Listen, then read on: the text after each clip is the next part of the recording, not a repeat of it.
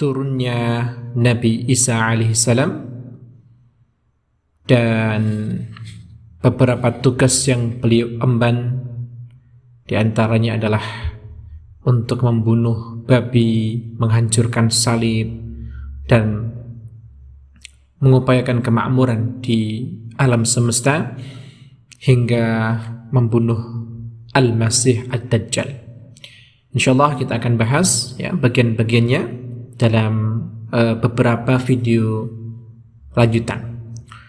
Sahabat Al-Hikam yang dirahmati Allah Subhanahu wa taala, di antara tanda-tanda terjadinya kiamat besar itu adalah ketika Nabi Isa alaihissalam Allah turunkan kembali ke dunia ini. Hal ini Allah kabarkan di dalam Al-Quran. A'udzu billahi minasyaitonir rajim. Bismillahirrahmanirrahim. Wa in min ahlil kitabi illa layu'minanna bihi qabla mautih wa yawmal qiyamati yakunu 'alaihim syahida. Maka Allah berfirman, tidak ada seorang pun di antara ahli kitab yang tidak beriman kepadanya, yaitu Isa alaihissalam, menjelang kematiannya.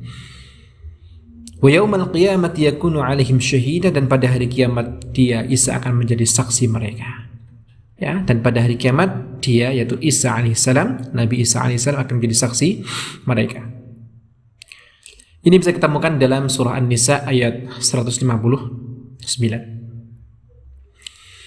Di dalam menafsirkan ayat ini, kurang lebih ada 3 pendapat yang disebutkan oleh mu'allif rahimahullah ta'ala. Yang pertama, bahwa pendapat mufassir yang mengatakan bahwa setiap Yahudi di semua masa, baik masa lalu maupun masa mendatang, akan beriman kepada Nabi Isa alaihissalam sebelum mereka meninggal dunia. Nah, menurut Ibnu Jarir At-Tabari, beberapa mufassir lain mengatakan bahwa ahli kitab pasti akan beriman kepada Isa alaihissalam sebelum mereka mati. Setiap orang yang didatangi kematian, jiwanya takkan lepas sampai ia benar-benar mengetahui mana yang benar dan mana yang batil dalam agamanya. Kemudian diriwayatkan pula dari Ali ibn Abi Talhah bahwa Ibnu Abbas pernah berkata bahwa orang Yahudi takkan mati kecuali setelah beriman kepada Isa alaihissalam. Orang Yahudi tak akan mati kecuali setelah beriman kepada Isa alaihissalam. Nah, diriwayatkan dari Sa'ad ibnu Jubair bahwa Ibnu Abbas berkata, tidak ada seorang pun di antara ahli kitab yang tidak beriman kepada Isa alaihissalam sebelum kematiannya. Nah, dalam bacaan versi Ubay, sebelum kematian mereka, jadi tidak ada satupun orang Yahudi yang mati sebelum dirinya beriman kepada Isa alaihissalam. Ada seorang bertanya kepada Ibn Abbas, terus bagaimana jika seorang itu dijatuhkan dari atas rumah? Maka Ibn Abbas berkata, ia akan menyatakan keimanannya kepada Isa di udara saat sebelum dia jatuh ke tanah. Jawab Ibn Abbas. Atau pertanyaan yang lain adalah, bagaimana jika lahir salah satu di antara mereka dipenggal? Maka Ibnu Abbas menjawab, lisannya akan mengatakan keimanannya terhadap Isa alaihissalam dengan terbata-bata. Nah, ini disebutkan di dalam tafsir Ibnu Jarir. Nah, pendapat ini juga disebut oleh Syekh Rashid Ridha dalam tafsir Al-Manar. Kemudian pendapat yang kedua dari tafsir ayat An-Nisa 159 tadi, bahwa dikatakan setiap ahli kitab akan beriman kepada Nabi Muhammad SAW. Nah, ini menurut Ibnu Jarir, bahwa sebagian mufassir yang lain mengatakan bahwa maksud ayat ini adalah ahli kitab pasti beriman kepada Muhammad SAW sebelum mereka mati. Dan dhamirnya itu dikembalikan kepada Muhammad sallallahu alaihi wasallam. Menurut sebagian ulama tafsir ya pada pendapat yang kedua ini. Nah, kemudian diriwayatkan pula dari Humaid bahwa Ikrimah berkata, tidak ada satupun orang Yahudi dan Nasrani yang mati sebelum beriman kepada Muhammad sallallahu alaihi wasallam.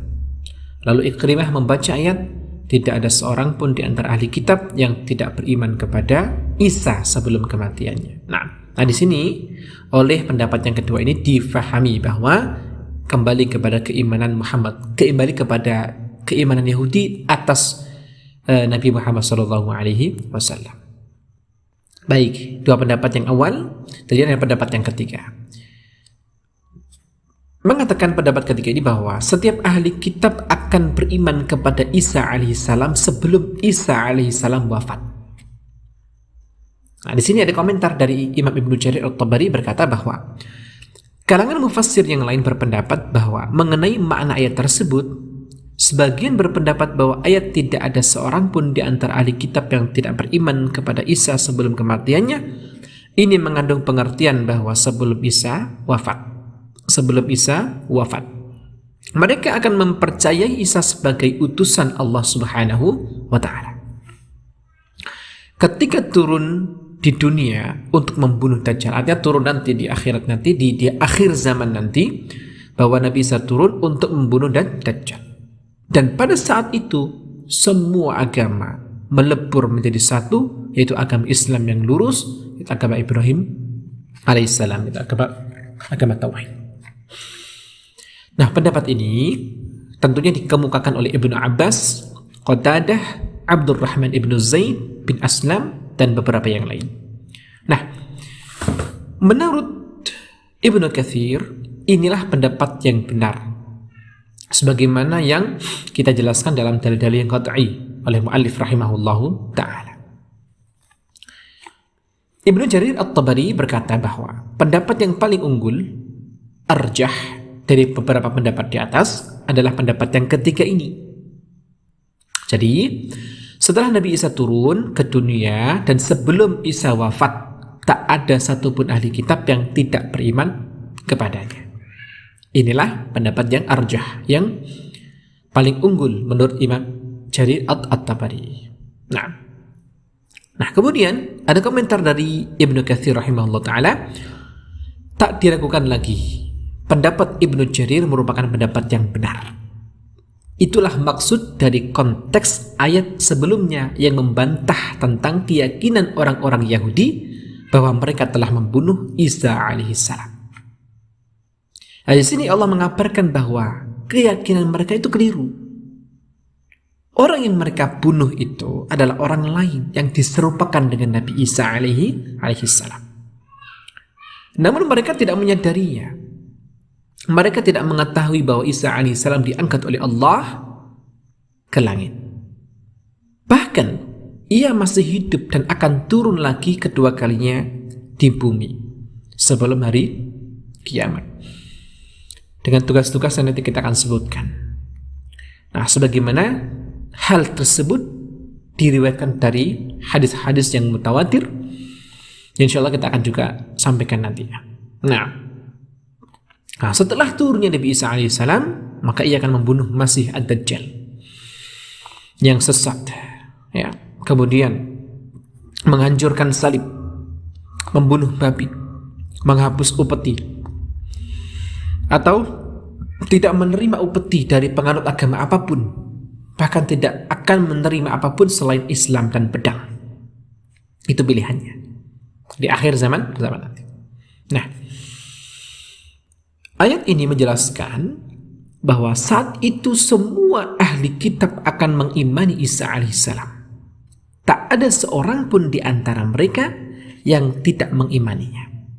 Maka oleh karena itu Allah mengatakan tidak ada seorang pun di antara ahli kitab yang tidak beriman kepadanya sebelum kematiannya. Nah, maksud ayat ini adalah sebelum kematian Nabi Isa alaihissalam, orang Yahudi dan orang Nasrani menganggap mereka telah membunuh Isa alaihissalam dan menyalibnya. dan pada hari kiamat dia, yaitu Isa al-Masih, akan menjadi saksi mereka. Artinya apa? Isa akan menjadi saksi atas perbuatan mereka sebelum ia diangkat ke langit dan setelah turun ke dunia untuk kedua kalinya. Nah, kemudian kalau kita melihat, mencermati terkait dengan pendapat yang mengatakan bahwa maksud ayat ini adalah setiap ahli kitab pasti akan mengimani Isa alaihissalam atau Muhammad sallallahu alaihi wasallam. Itu pendapat yang pertama, dan pendapat yang kedua, sebelum mereka atau ahli kitab itu mati. Memang begitu kenyataannya. Kenapa? Sahabat al-Hikam dirahmati Allah, karena setiap orang yang didatangi kematian pasti akan mengetahui hakikat apa yang tidak ia ketahui, atau apa yang pernah mereka abaikan, atau apa yang pernah mereka tolak atau ingkari. Di akhir kehidupannya Allah akan hadapkan kepada kebenaran-kebenaran yang hakiki. Tetapi hal tersebut tidak berguna lagi, apalagi setelah terjadinya pencabutan ruh, atau saat terjadi pencabutan ruh. Itu sesuatu yang tidak berguna lagi keimanan seorang. Ya, baru beriman di saat-saat itu, maka tidak berguna. Ya, maka sama seperti apa yang kemudian Allah sampaikan di dalam surah An-Nisa ayat 18, dan taubat itu tidaklah diterima dari mereka yang melakukan kejahatan, sehingga apabila datang ajal kepada seseorang di antara mereka, barulah dia mengatakan, saya benar-benar bertaubat sekarang. Maka itu sudah menjadi kesepakatan Allah, yang menjadi ketentuan Allah Subhanahu wa taala. Di saat itu sudah tidak diterima lagi taubat seseorang. Maka kalau kita pahami bahwa makna di atas adalah apa yang telah disebutkan di awal tentang penetapan bahwa Isa alaihissalam masih hidup di langit dan akan turun ke dunia untuk kedua kalinya sebelum hari kiamat untuk membuktikan kedustaan kaum Yahudi dan Nasrani atas Nabi Isa alaihissalam. Nah, kemudian hadis-hadis ini adalah hadis-hadis yang sahih yang diriwayatkan juga oleh Imam Bukhari dan Imam Muslim, yang kemudian diantaranya adalah dari sahabat Abu Hurairah radhiyallahu anhu.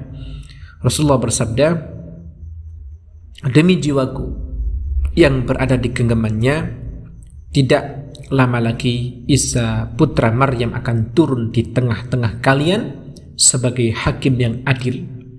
Dia akan menghancurkan salib, membunuh babi, menghapus upeti, dan berlimpah ruah harta sampai tak ada seorang pun yang mau menerimanya, hingga satu sekali sujud itu lebih baik ketimbang dunia beserta seluruh isinya. Lalu Abu Hurairah membaca ayat, tidak ada seorang pun di antara ahli kitab yang tidak beriman kepada Isa sebelum kematiannya. Wa in min ahli kitabi illa la yu'minanna bihi qabla mautih. Sampai pada hari kiamat dia Isa akan menjadi saksi mereka. Jadi ini adalah pembahasan komentar dari tafsir ayat An-Nisa 159 ini. Maka sahabat yang dirahmati Allah Subhanahu wa taala, ada riwayat yang lain yang mengisyaratkan bahwa dari Jabir ibn Abdullah bahwa Rasulullah SAW bersabda, segolongan dari umatku akan terus berperang, memperjuangkan kebenaran dan meraih kemenangan hingga hari kiamat. Isa putra Maryam turun ke bumi, maka pemimpin mereka akan berkata kepada Isa alaihissalam, kemarilah, jadilah imam salat kami. Isa alaihissalam menjawab, tidak, sesungguhnya di antara kalian sudah ada pemimpin bagi yang lain. Allah Subhanahu wa taala benar-benar telah memuliakan umat ini, umat Muhammad sallallahu alaihi wasallam. Maka sahabat al-hikam dirahmati Allah Subhanahu wa taala, turunnya Nabi Isa alaihissalam untuk kedua kalinya di akhir zaman nanti dengan tugas-tugas tertentu, dan yang paling besar adalah untuk membunuh Dajjal, adalah bagian daripada awal tanda-tanda kiamat besar akan terjadi. Tentunya setelah keluarnya Dajjal.